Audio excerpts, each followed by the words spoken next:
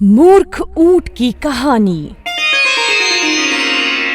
एक जंगल में शेर सिंह नाम का एक खूंखार शेर रहता था, जो जानवरों का शिकार करके उन्हें खा जाता था। उस शेर के 3 सेवक भी थे, कौवा, शियार और चीता। वे सब शेर की सेवा के लिए हमेशा तैयार रहते थे। शेर जहाँ भी जाता, सभी उसके साथ साथ चलते।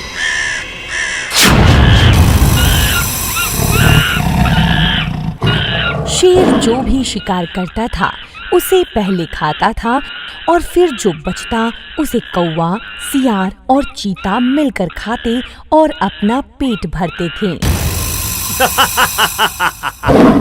मेरा पेट तो अब भर गया सेवकों, अब तुम सब मिलकर खा लो और अब मैं सैर को चलता हूँ। जी महाराज, ठीक है, अब हम सब भी खा लेते हैं। अरे वाह, महाराज शेर सिंह ने तो आज बड़ा ही स्वादिष्ट शिकार किया है, मजा आ गया। ठीक कह रहे हो चीता भैया। एक बार की बात है, ऊंटों का झुंड जंगल के रास्ते से गुजर रहा था।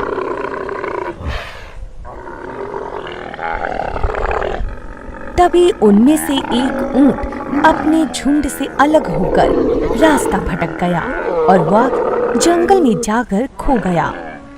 उसे समझ ही नहीं आ रहा था कि अब वह क्या करेगा। ऐसे में ऊंट जंगल में यूं ही भटकता रहा। अरे, मेरे सारे रिश्तेदार और दोस्त कहाँ चले गए? उन्हें मैं कैसे ढूंढूं?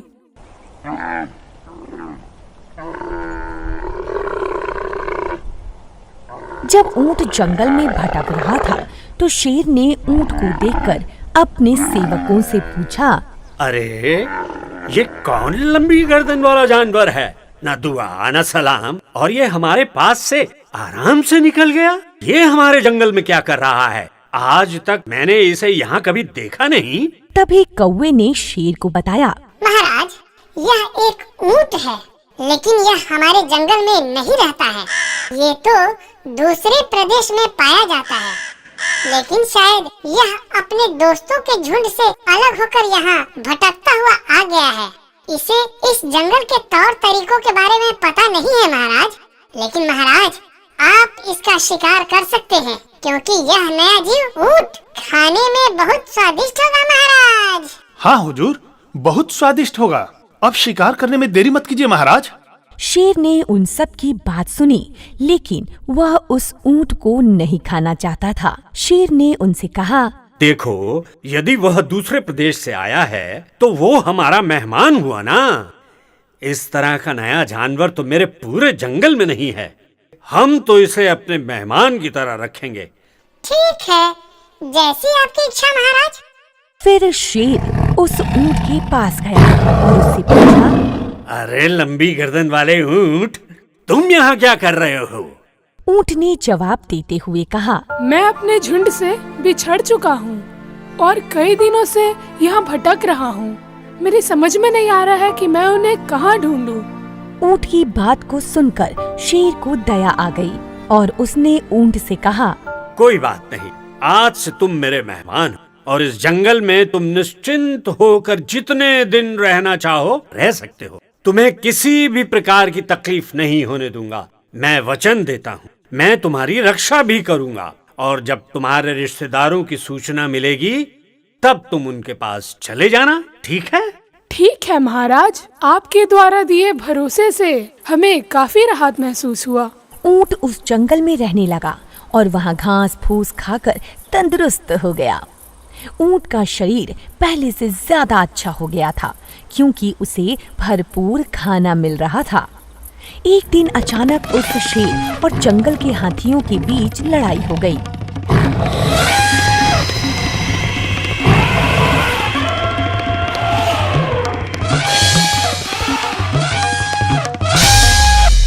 लड़ाई के कारण शेर सिंह घायल हो गया। घायल हो जाने की वजह से शेर सिंह शिकार नहीं कर पा रहा था। ऐसे में वह शेर धीरे धीरे कमजोर पड़ गया। इसकी वजह से उसके सेवक कौवा, सियार और चीता तीनों भी भूखे रह रहे थे। वे तीनों भी कमजोर पड़ रहे थे। अरे काफी समय हो गया, महाराज शेर सिंह ने कोई शिकार नहीं किया। अब तो अच्छे भोजन के दर्शन ही दुर्लभ हो गए हैं। ठीक कह रहे हो भाई, पहले बिना शिकार किए हम सबको आराम से भोजन मिल जाया करता था। इस कारण हम सब आलसी भी हो गए हैं। लेकिन इस तरह ज्यादा दिनों तक भूखे रहने से तो हम सबकी मृत्यु ही हो जाएगी।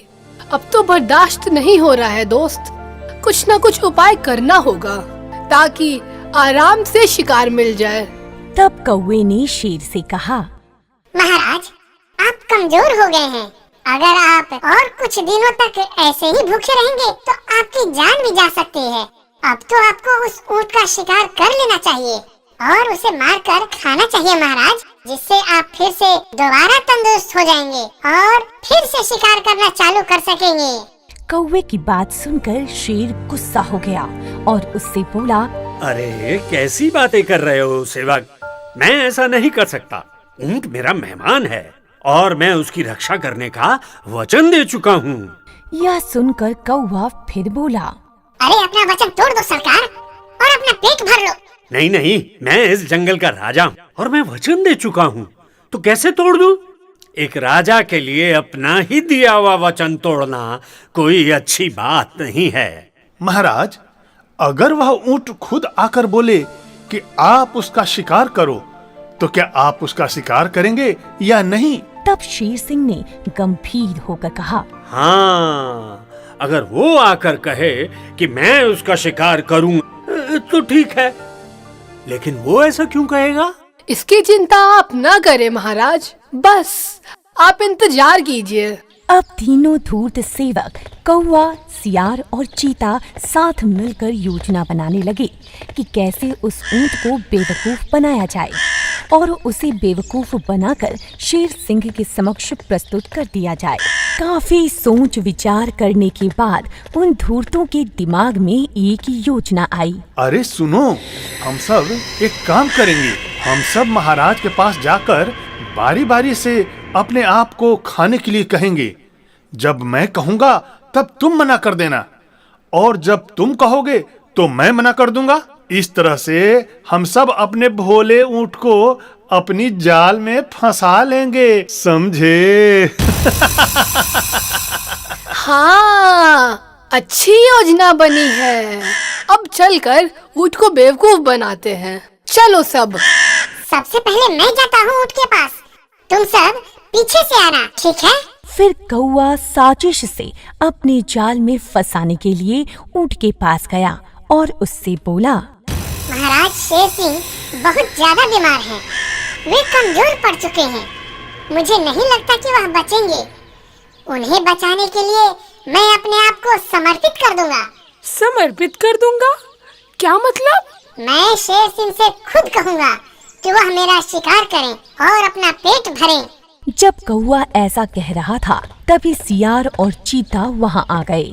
तब सियार बोला, अरे नहीं नहीं, मैं जाकर उनसे कहूँगा कि वह मेरा शिकार करें और अपना पेट भरें, क्योंकि उनका मेरे ऊपर काफी एहसान है। फिर चीता भी बोला, मैं भी अपना प्रस्ताव रखूंगा कि वे मेरा शिकार करें और अपना पेट भरें। क्या हम सब अपने स्वामी के लिए इतना भी नहीं कर सकते? उनका हम सब पर कितना उपकार है, वे हम सब पर कितना भरोसा करते हैं। मैं उन्हें मरता नहीं देख सकता। अरे ऊंट भाई, क्या तुम महाराज शेर सिंह के लिए कुछ भी त्याग नहीं करोगे? लेकिन मुझे मरने से तो बहुत डर लगता है।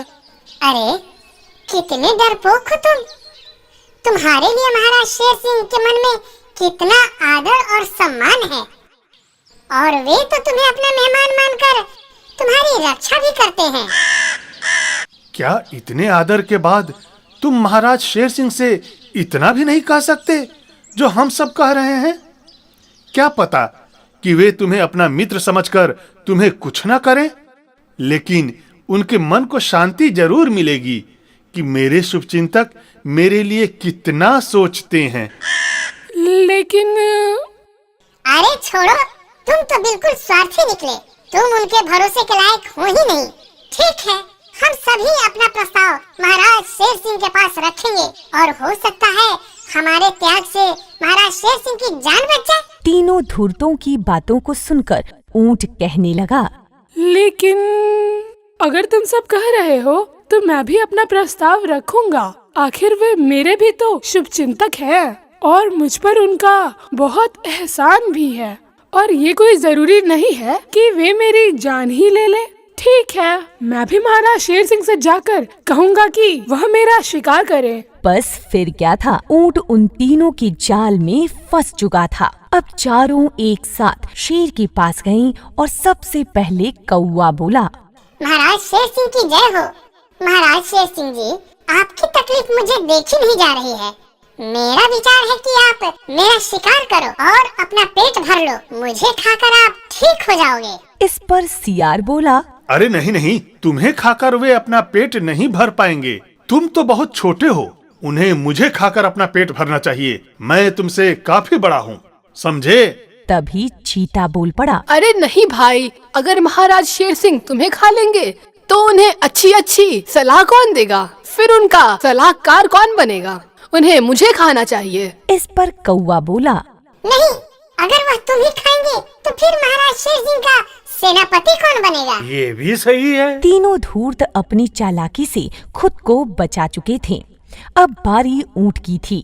ऊंट को लगा कि शेर सिंह उसे नहीं खाएंगे क्योंकि वह तो उनका मेहमान है। तब सियार ने ऊंट से कहा, अरे ऊंट, क्या तुम कुछ भी नहीं कहोगे अपने महाराज के लिए? हाँ महाराज शेर सिंह, आप मेरा शिकार कर सकते हैं और मुझे खा सकते हैं। अच्छा, तुम भी महाराज शेर सिंह का आहार बनने के लिए तैयार हो? ठीक है, कोई बात नहीं, जैसी तुम्हारी इच्छा। ऊंट, जब तुम स्वयं ही तैयार हो तो महाराज को ज्यादा सोचने की जरूरत ही नहीं है और महाराज को भी ऊंट की इच्छा पूरी करनी चाहिए। ठीक है ऊंट, अभी पूरी करता हूँ तुम्हारी इच्छा। सही बात है महाराज, ऊंट की इच्छा पूरी करनी ही चाहिए। इतना सुनते ही शेर ऊंट पर टूट पड़ा और उसे मार डाला। सबसे पहले शेर ने उस ऊंट को खाया। ऊंट बड़ा अच्छा मित्र था मेरा, लेकिन मैं क्या करता? अरे उसकी इच्छा जो पूरी करनी थी। और मेरा प्यारा मित्र खाने में भी स्वादिष्ट है, मुझे उसकी बहुत याद आएगी। अब मैं चल रहा हूँ। फिर उसके बचे हुए हिस्सों को कौवा, सियार और चीता तीनों ने मिलकर खाया। अरे देखा, मेरे शातिर दिमाग का कमाल। शेर जैसे मजबूत राजा को भी मैंने कैसे फंसा लिया। सही बात कह रहे हो। हम सब के साजिश के कारण शेर सिंह अपने प्रिय मित्र ऊंट को भी मारकर अपने दिए वचन से भी पलट गए और एक अच्छे मित्र को भी खो दिया। अरे इस तरह के पलटू महाराज को हम सब कभी भी पलट सकते हैं।